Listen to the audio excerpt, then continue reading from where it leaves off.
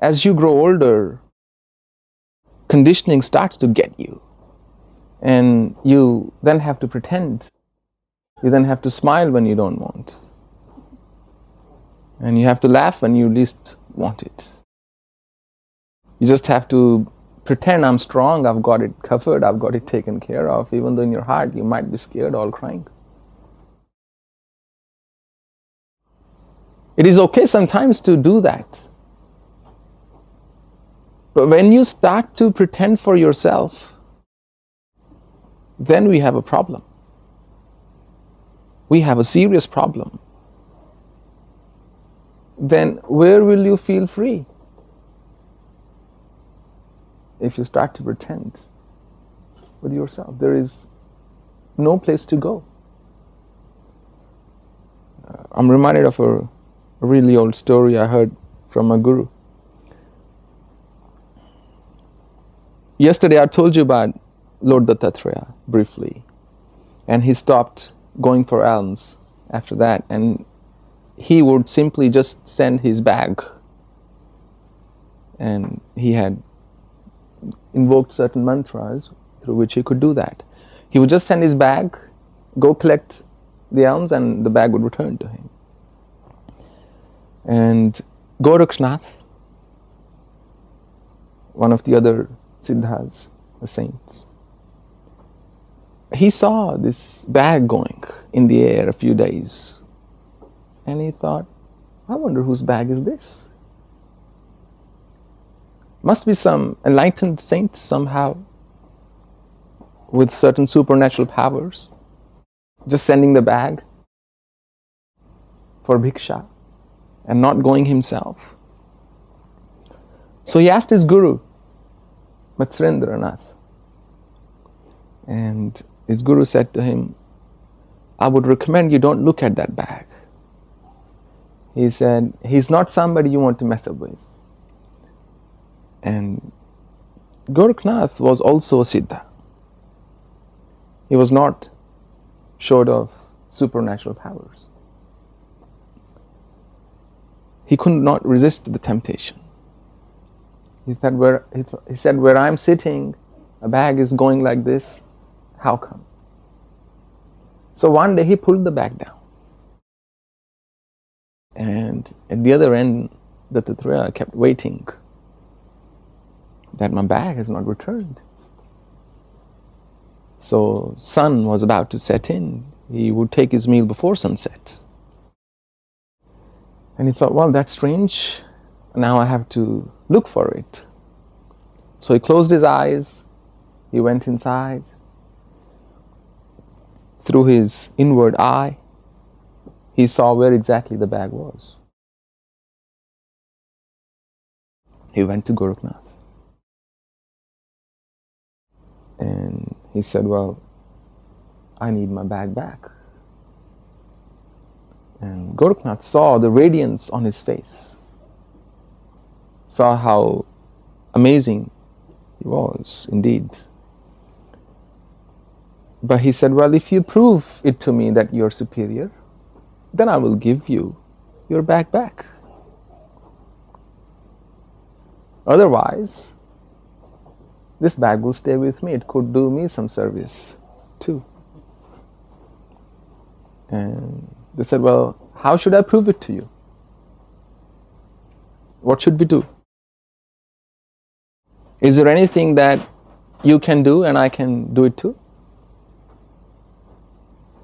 He said, well, if you are really that great a yogi, then you can look through anything and look into anything. So why don't we play hide and seek? He said. The good old way. He said, I'll hide, and if you find me, you win. And you hide, if I find you, then I win. And he said, well, let's do it. So there was a river nearby, and Gorakshnath became a little frog and went straight in the river and took shelter under a rock that was lying at the bottom of the river.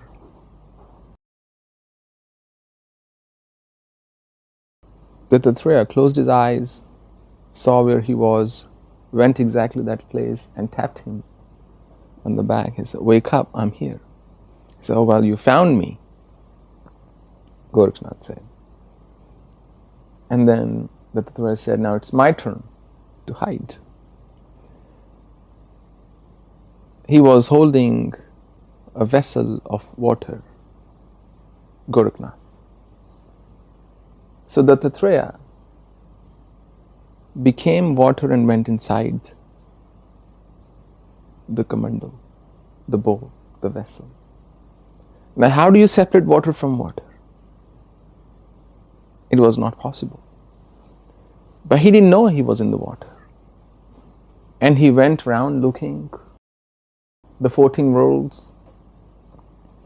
He went, he examined deep within him. Where has he gone? There was no sign of him. He could not find him. And then he said, "Well, I give up." And Dattatreya came out of his vessel. He said, "This is the ultimate yogic attainment you can have. Not that you become water in water, that everybody does after death anyway. It's that you become one with everything around you. If there is any pretense, there is going to be a cover. If there is a cover, you are separated. If there is no cover, there is no separation. There is no need to pretend. Somebody asked me once, he said, "What is enlightenment?" We talk about it a great deal. Really, what is it? My answer is not what you think it may be, though. I said to him, enlightenment is like becoming nude. There are no covers. No covers of conditioning, of falsehoods, of pretense, of show-off, of anger, of jealousy, of hatred, of desire.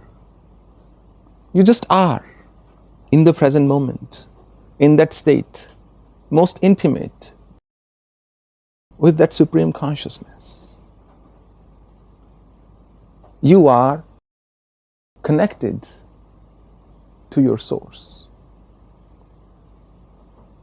That is enlightenment. Imagine a bulb. If it's not connected with the source, it won't light up. If it is, it will light up.